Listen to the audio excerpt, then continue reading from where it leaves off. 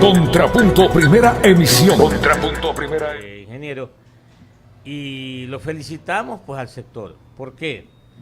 Porque si ya no superaron, están por superar en exportaciones, en ingresos de dólares o de divisas para el Ecuador, el camarón. Quiere decir que se constituye después del petróleo en el segundo concepto de ingresos de divisas al país. ¿Y eso a qué se debe, ingeniero? Bienvenido. Claro, muy buenos días, Lenin, Patricia, muy buenos días y buenos días a todos los radioescuchas de esta mañana. Lo que recogió la prensa fue el resultado de la estadística hasta octubre de este año, donde efectivamente hay una ligera ventaja, por decirlo así, de la exportación de camarón por sobre las exportaciones de banano, con alrededor de 120 millones de dólares de diferencia. Diferencia que incluso creo que en redes sociales trascendió la conversación que teníamos con Eduardo Ledesma, que bien señalaba que lo más probable es que para diciembre, es decir, contando los últimos 2 meses del año, a lo mejor íbamos a mantener el ranking que se ha venido repitiendo a lo largo de los últimos años, salvo el 2014, en el que banano es el principal producto de exportación. Posiblemente sea así, lo digo ¿por qué? Porque noviembre y diciembre son 2 meses en los que la demanda de camarón se contrae frente a los demás meses del año, frente a los primeros 10 meses del año. Habida cuenta que ya las compras tanto por fin de año como para la celebración del Año Nuevo Chino en los primeros meses del próximo año ya se han realizado, entonces hay una contracción de la demanda. Si eso se diera, pues continuaríamos, como le digo, con la estadística tradicional. Caso contrario, si es que hubiera alguna situación particular y esta tendencia se mantiene, tendríamos al camarón como principal producto de exportación, lo que usted señala, que es nada más y nada menos que el resultado de un sacrificado trabajo por parte de toda la cadena productiva de producción, de procesamiento y de exportación de camarón en el país, con inversiones a lo largo de toda esa misma cadena, desde las maduraciones, laboratorios de larva, fincas de producción, fincas de engorde, fábricas de alimento, en plantas procesadoras, empacadoras, exportadores y demás empresas relacionadas a la actividad, que le han permitido al país contar con casi este año 450.000 toneladas de producción y exportación, lo que representa alrededor de un incremento entre el 2 y 14% frente al volumen exportado el año anterior, con una también importante, o lo que corresponde, en una gestión de comercio exterior que le permite a ese volumen de producción seguirse colocando de forma competitiva, es decir, seguir compitiendo con otros países que producen camarón y que lo destinan a los mismos mercados, de tal forma que todo ese volumen pues tiene un destino seguro, ¿no? Otra situación, grave situación, sería que Ecuador produzca más camarón y tuviéramos problemas para colocar ese producto. No significa que todo está salvado, significa que siempre es necesaria, dada un sector exportador en crecimiento, de una agenda de comercio exterior que garantice el acceso a esos mercados. Europa sin duda ha dado una tranquilidad importante durante este año, porque al contar con un acuerdo comercial no tenemos lo que hoy sufren muchos productos de exportación en los Estados Unidos, la potencial pérdida de preferencias arancelarias que puede derivar en el cierre de esas fronteras. Entonces, se trata de una inversión nacional, se trata del crecimiento de la producción, el crecimiento de la capacidad de proceso, una gestión de comercio exterior sin la cual no pudiéramos colocar ese producto, y finalmente la necesaria, y por eso yo insisto y recalco la necesidad de seguir trabajando en una agenda agresiva de comercio exterior, como por ejemplo lo que estamos buscando con el Brasil. Ojalá podamos empezar a exportar ese destino, porque se transformaría en uno más de los 50 países a los que estamos destinando la producción de camarón de Ecuador, y eso que siga sosteniendo estos casi 2.000, nosotros estimamos a cierre de este año 2.800 millones de dólares derivados de la exportación de camarón, que le hacen bien a una economía dolarizada como la ecuatoriana, que requiere, bajo todo análisis, el ingreso de divisas por la vía de comercio exterior, por la vía de las inversiones, para evitar en lo posible que este ingreso de divisas se dé, como se ha venido dando en los últimos años, por la vía del endeudamiento y el financiamiento, que hoy al país le sale extremadamente caro. Así que ojalá mantengamos este volumen de crecimiento tanto en camarón, de manera sostenible, por supuesto, como 7:10, 7:10. José Antonio, pero yo he escuchado que de pronto hay una amenaza de algún virus, alguna epidemia, alguna bacteria, que incluso ha llegado a determinados laboratorios. ¿Qué hay de cierto de esto? Bueno, lo primero, aclarar para la ciudadanía, es importante que cuando se trata de cría de animales, ningún país se encuentra exento de verse afectado de algún patógeno, sea este proveniente de algún virus o de alguna bacteria. Ecuador ya lo ha vivido, no una, sino innumerables ocasiones. La última de triste recordación, la mancha blanca, que nos tomó 7 años recuperar. Pero también no es menos cierto que como país, como bien señalo, no estamos exentos, y lo que hoy se registra, lo que hoy se ha venido registrando y que hoy ha trascendido, ¿no?, es una vibriosis. Para explicar claramente a la ciudadanía, la vibriosis es algo similar a lo que le da al ser humano cuando se enferma de cólera, ¿no? En este caso, esta vibriosis de camarón, que no se transmite al ser humano por consumo del producto, no, eso también hay que dejarlo claro, no es lo mismo, ¿no?, pero es comparativamente hablando similar. Es una vibriosis que el Ecuador la ha venido registrando desde hace por lo menos 24 meses atrás.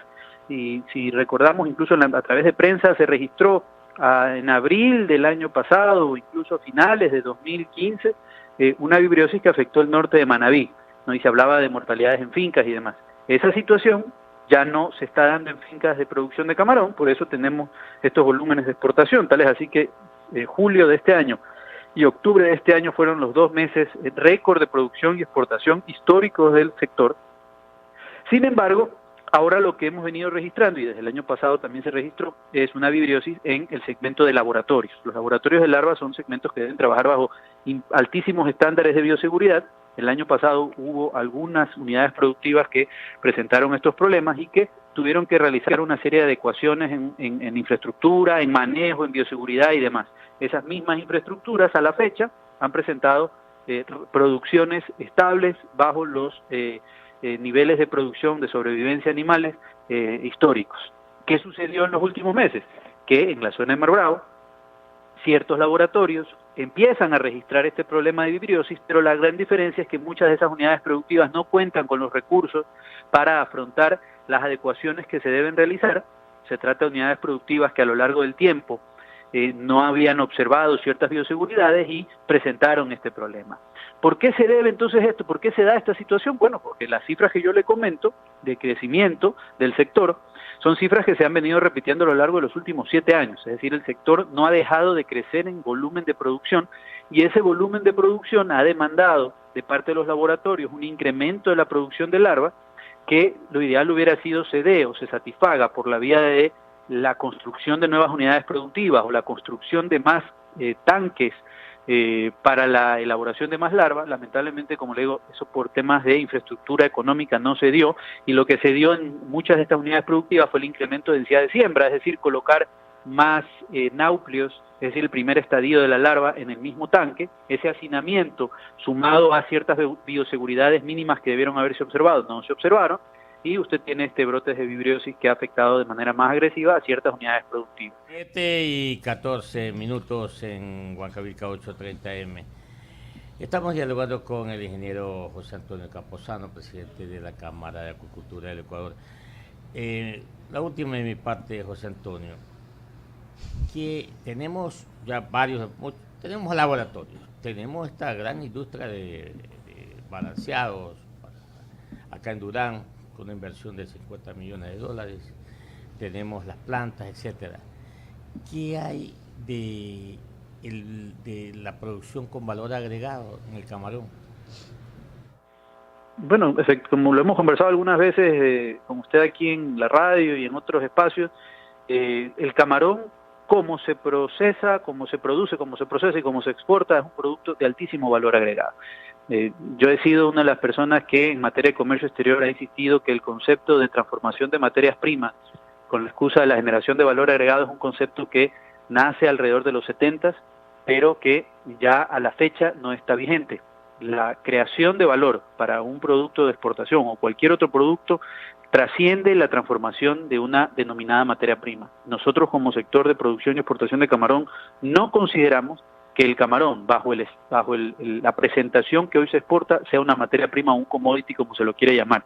El que Ecuador logre exportar casi el 80% de su producción como camarón entero es un enorme esfuerzo de toda la cadena productiva, porque en el caso de productos del mar y particularmente en camarón, para la gente que es fanática del consumo de langosta, sabrá que la langosta que más se paga o la más cara es aquella que usted puede escoger del estanque y ese momento se la captura y se la cocina, es decir, prácticamente fresca. Lo que nosotros ofrecemos, la exportación de camarón entero, congelado, es el producto en el estado más puro. Para lograr exportar ese producto sin ningún tipo de proceso, tenemos que manejar altísimos estándares de calidad. Cualquier producto derivado del camarón entero, colas, en algunos casos cocidas, procesadas, etcétera, etcétera, etcétera, es un producto no de inferior calidad, pero sí de inferior valor para la gran mayoría de consumidores que lo que buscan es el producto casi en su estado fresco.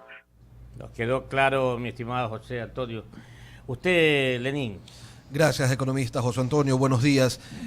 Yo quería hacerte una consulta en función de distintos anuncios que se han realizado. Por ejemplo, por un lado, la ministra de Industrias y la de Electricidad señalan que van a invertir $200 millones para electrificar al sector camaronero, las fincas, para que se empiece a utilizar de una manera más constante energía eléctrica, energía limpia. ¿Cuáles son los beneficios que va a tener esto para sus costos de producción? Y esto sumado también a otro anuncio que refiere a una probable reducción de las tarifas hasta los 2 centavos de dólar para los horarios nocturnos de 10 de la noche a 6 de la mañana. ¿Esto qué tipo de beneficios les va a traer a ustedes en el sector acuícola? Es un anuncio importante, es algo que se venía insistiendo desde las autoridades, incluso del gobierno anterior. El proceso de electrificación de camaroneras le permite al productor cambiar hoy una matriz energética que se basa en el uso del combustible del diésel. El uso de tecnología diésel pues conlleva mantenimientos, aceites, equipos que requieren de cuidados y tratamientos más constantes, por lo tanto hay un dolor de cabeza menos el momento que usted tiene que trabajar con mantenimientos, etcétera, etcétera, etcétera. La electrificación le permite incluso automatizar procesos de bombeo. Hay toda una serie de beneficios relacionados con en materia ambiental, ¿no? El hecho de dejar de emitir CO2 y etcétera, etcétera. En materia de costos, si bien es cierto, no tenemos una alta sensibilidad en el costo de energía como sector en esa parte del proceso, porque en procesamiento, congelamiento y de camarón sin duda que hay una mayor sensibilidad al costo energético, pero sin duda el poder trabajar bajo una tarifa que sea eficiente, atractiva para el sector camaronero nos va a motivar a hacer las inversiones que corresponden para hacer los cambios. ¿Qué quiero decir con esto? Hoy en día un camaronero que trabaja con un sistema de bombeo eficiente basado en diésel no tiene en realidad mayor motivación para saltarse a energía eléctrica. No ve un ahorro y por el contrario tiene una importante inversión. Nosotros hemos calculado como Cámara Nacional de Agricultura que la inversión que tiene que hacer un camaronero para poder saltar de matriz energética diésel a matriz energética electricidad oscila entre los 1.300 y los casi $2.700 por hectárea. ¿Por qué? Porque si usted ya va a hacer el cambio de matriz energética va a aprovechar para aplicar otras tecnologías tipo sistemas de aireación y otros sistemas que le permitan a usted realmente automatizar su proceso, automatizar el engorde. Entonces, esas inversiones tienen que venir de la mano de la contrapartida del Estado. Buen anuncio el primero, que es la tarifa como tal, que hoy ya existe, que es la tarifa de bombeo de agua, ¿no? Para sectores agrícolas y el sector acuícola incluido, es una tarifa que, comparativamente hablando con el costo del diésel a la fecha, es atractiva. Lo importante que es, como el gobierno ha anunciado, los $200 millones de inversión se requieren ¿para qué? Para obras de infraestructura que a la fecha no existen. Entonces usted no puede hoy realmente electrificar a todo el sector camaronero porque hay áreas donde no hay tendido eléctrico que le permita llevar esa electricidad a diferentes unidades productivas. Más o menos calculamos nosotros son 75.000, casi 80.000 hectáreas que se quedan fuera totalmente, que hoy definitivamente no tienen posibilidad, y otras que están relativamente cerca pero hacen falta trocales, subestaciones y demás. Entonces esa infraestructura importante. Pero ¿qué es más importante todavía? Que se garantice, posiblemente por la vía de los contratos de inversión, que una vez que el sector camaronero haga las inversiones privadas, de contraparte el Estado no nos ofrezca una tarifa en los primeros años y que al tercer año le digan, ¿sabe qué? Pero vamos a tener que subirla 20%, como le sucedió al sector industrial hace pocos años. Usted recordará hace poco tiempo que hubo 2 incrementos seguidos en cuestión de 20 meses, de 2 centavos y 2 centavos, de tal manera que pasamos de 8 o 9 centavos casi a 12 centavos kilovatio hora, lo que le desbarata a usted cualquier programa de inversiones, porque usted trabaja sobre la base de un costo. Entonces hay que garantizar una tarifa, y las inversiones eléctricas, en el caso del sector camaronero, se deprecian a una tasa no menor a 10 años. Entonces ojalá el Estado se pueda comprometer a congelar esa tarifa para que realmente las inversiones sean seguras y atractivas para el camaronero. Ahora, en lo que refiere al tema de las tasas, de esta tasa por servicios aduaneros, ustedes en días anteriores, en semanas anteriores, indicaron que esto generaría perjuicios porque tienen que importar equipos que son necesarios para el desarrollo de su actividad. Salió ya el anexo. Primero la duda era porque no se sabía cuánto les iban a cobrar. Ahora ha salido un anexo en el que se señala que el cobro no estará bajo ningún caso por encima de los $700. ¿Esto los tranquiliza o todavía continúan las preocupaciones? No, pero preocupa por diferentes razones. Son tres razones básicamente que las hemos observado como Cámara de Acuacultura. La primera es que como está concebida la tasa, no corresponde a una tasa bajo los cánones nacionales, bajo las regulaciones nacionales. ¿Por qué? Porque toda tasa se crea como contraprestación de un servicio inmediato y medible y que recibe el usuario de manera directa. Entonces, el caso más o el ejemplo más claro es el pago de pontajos o de peajes. Usted paga un peaje por hacer el uso de X kilómetros de carretera y esa carretera usted la utiliza en ese preciso momento. En el caso de esta tasa, es una tasa que se crea contra la prestación de qué servicio recibo yo, por ejemplo, cuando traigo un motor eléctrico de última tecnología desde Alemania. ¿Dónde está el servicio que me ofrece la aduana? Que dicho sea de paso, estamos de acuerdo que hay que combatir el contrabando. Pero una cosa es combatir el contrabando, que le hace mal al país, y otra cosa es que quienes estamos declarando adecuadamente y pagamos todos nuestros impuestos tengamos que pagar porque la aduana no ha sido capaz de controlar ese contrabando. Entonces, esa tasa no está creada, sino más bien tiene más la figura de un impuesto que de una tasa. Número dos, en materia de comercio internacional, es decir, ya no hablemos de las normas nacionales, en materia de comercio exterior habrá que ver cómo nuestros socios comerciales, incluida la Unión Europea, con la que tanto nos costó negociar el acuerdo comercial, no cuestionan la legalidad de la tasa. Entonces habrá que ver en materia de comercio exterior cómo aduana y conjunto con el Ministerio de Comercio Exterior defienden la tasa como ha sido creada. Número tres, la discrecionalidad que el día de mañana se pudiera dar, porque entiendo yo la aduana ha establecido, así me lo han respondido y hoy tengo una reunión con ellos, un mecanismo para que todo actor del comercio exterior pueda presentar la debida queja u observación cuando siente que la tasa le afecta en demasía. Pero es que esto no puede ser así, pues imagínese cada actor de comercio exterior reclamando sobre el costo de la tasa. Entonces es una inseguridad tremenda. Yo lo anuncié, teníamos un sobrecosto de casi $90.000 por contenedor de maquinaria de las fábricas nuevas que anunciaba Clever, de una inversión de $50 millones que vamos a hacer, que le iba a costar a este sector $1 millón solo en tasa. Hoy ya no, hoy ya bajó, pero después el reclamo, ¿no? Y lo tercero es los diferentes costos que le generan. Hablamos de un cambio de matriz energética, pero si usted revisa cada partida paga un costo, grande, chico, mediano, accesible o no, sin duda que es un costo que no tenemos por qué pagar porque son materias primas, insumos y equipos. Y en realidad, ojalá la actividad de comercio tampoco pagar, ¿no? Lo que no podemos es concebir un país en el que la falta de recursos para ejercer debidamente las obligaciones de las autoridades se justifiquen con la creación de tasas, porque ayer yo cuando denunciaba la falta de seguridad del sector camaronero, porque nos roban a una tasa aproximada entre 7 y 14 robos mensuales, mañana la policía diga, ¿sabe qué? Es que como no tenemos recursos vamos a crear la tasa de seguridad camaronera. Entonces, lo que no podemos transformarnos en un país que cree tasas con la excusa de que no podemos ejercer servicios adecuadamente. Entonces, ojalá esto se revise, no es la forma adecuada de actuar. Nosotros hemos criticado desde el fondo la forma y el impacto que puede generar en sectores que quieren realizar inversiones. Patricia. Buenos días, ingeniero Campuzano. Estaba revisando un poco el tema de las estadísticas de exportación con respecto al camarón. Y en cuanto a Asia, pues tenemos un 57% de exportación, a Europa el 24% y a Estados Unidos el 17%. Así es como se desarrolla la exportación de este camarón, que es muy apetecido en países europeos y sobre todo en Estados Unidos. ¿Tienen ustedes proyectado un crecimiento del 30% para el siguiente año, verdad, en cuanto al tema de electrificación? ¿Este porcentaje es real? ¿Es lo que han estimado? ¿Se puede aproximar o no?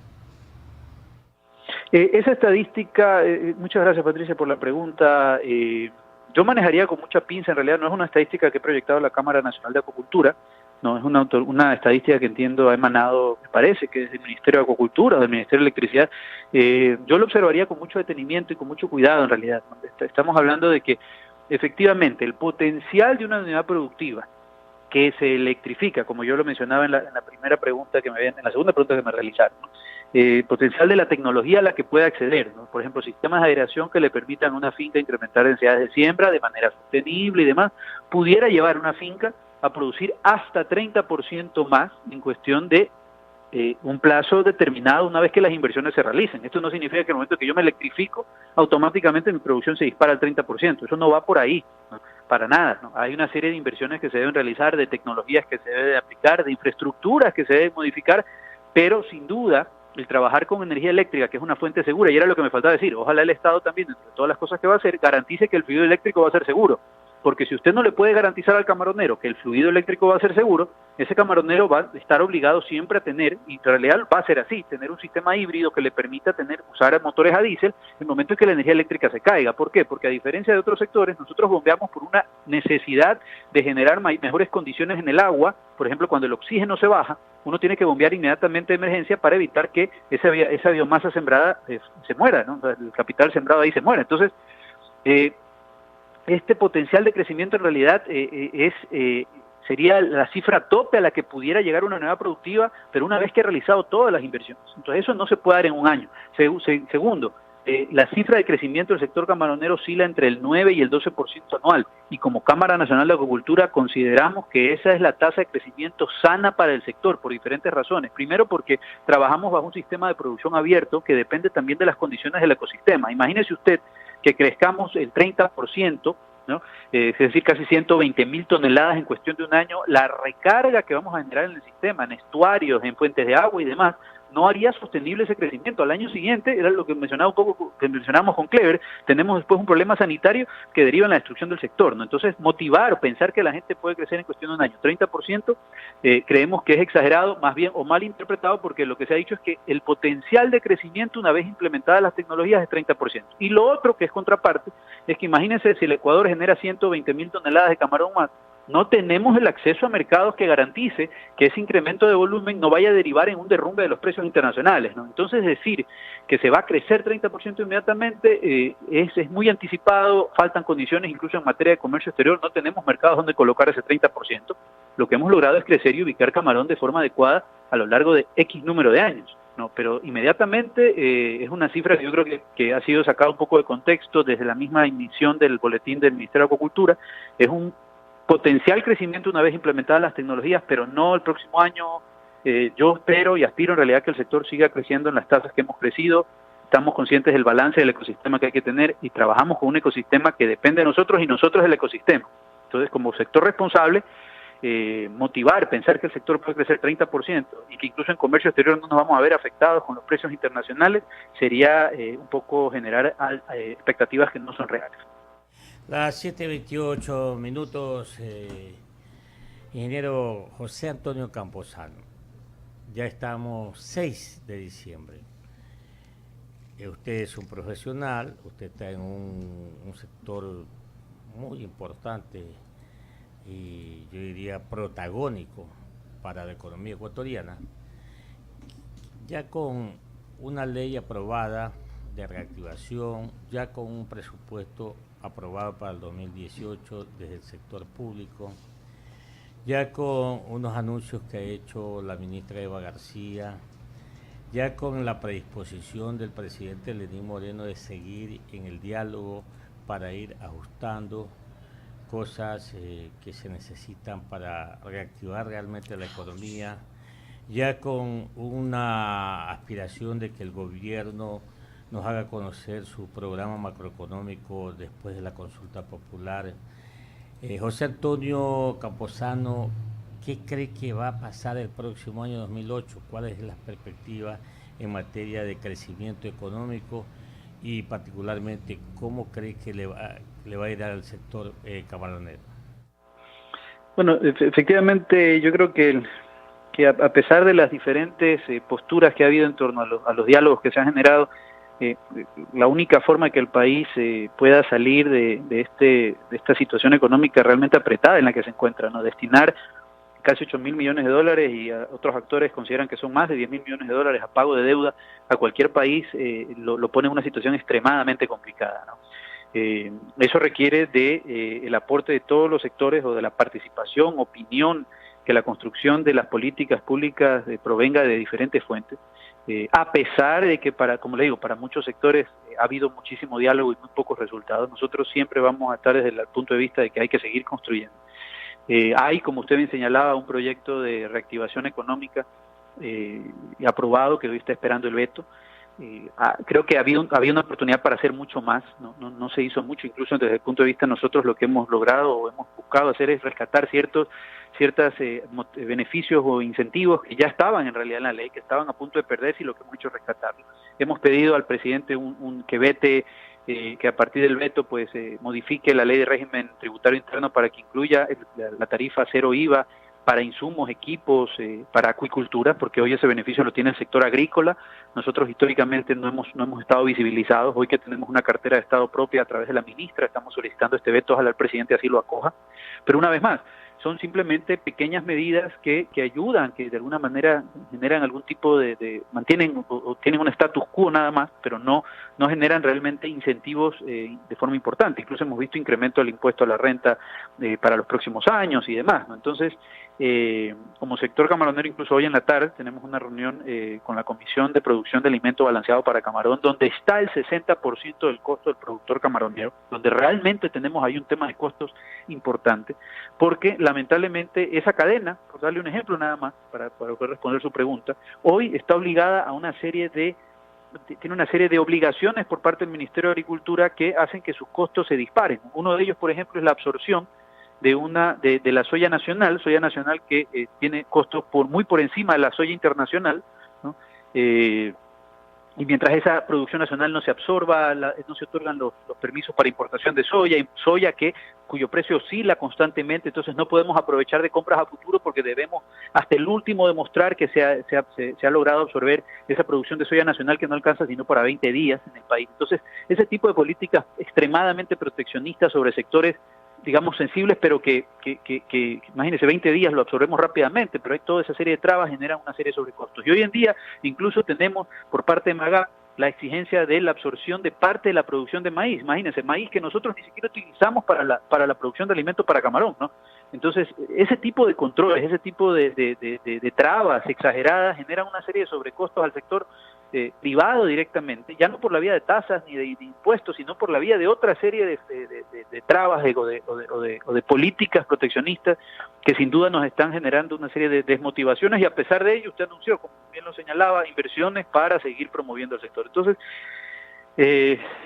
ojalá en realidad este asentamiento por el que ha pasado el gobierno nacional es un gobierno que recién se sienta en la mesa a discutir, le permita ya empezar a tomar decisiones de peso, ¿no? Lo que hemos visto son actitudes, creo que son importantes, el cambio de actitud, el cambio de estilo era necesario, pero hay que pasar del cambio de estilo a la toma de decisiones, ¿no? Por ejemplo, hay un tema en materia de inversiones, los contratos de inversión pasaban por una estructura de aprobación, esa estructura hoy no existe y estamos a la espera que el presidente por la vía de decreto reglamente y cree la Secretaría de Inversiones dentro del Ministerio de la Producción, entiendo yo, para que se proceda a la aprobación de contratos de inversión que están a la espera de poderse ejecutar. Nosotros como sector camaronero tenemos inversiones retenidas porque no se nos aprueban los contratos de inversión que derivan en las exoneraciones que el COPSI establece. ¿De quién depende esto? En este momento está en manos del presidente de la República, que por la vía de decreto ya reglamente la norma que crea la Secretaría Técnica que aprueba los contratos de inversión. Entonces, imagínense, mientras eso no se logra, nosotros como sector camaronero tenemos inversiones, maquinaria que no podemos traer, equipos y demás, ¿no? Toda una serie de exoneraciones que están asociadas al COPSI, porque si lo ejecutamos ahora sin contrato de inversión, pagamos todos los impuestos que corresponden. Entonces, si bien es cierto en el COPSI hay ciertos beneficios, no los podemos hacer realidad ni generar esas inversiones porque estamos a espera de eso. Entonces, ese es un ejemplo. En enero me voy a la cadena con el alcalde, no me dijo cuánto va a crecer, pero bueno, será que lo llame en cualquier momento antes de que termine el año, ¿ah? Por supuesto, cuente con ello, Clever. Huancavelica, la H grande de la información.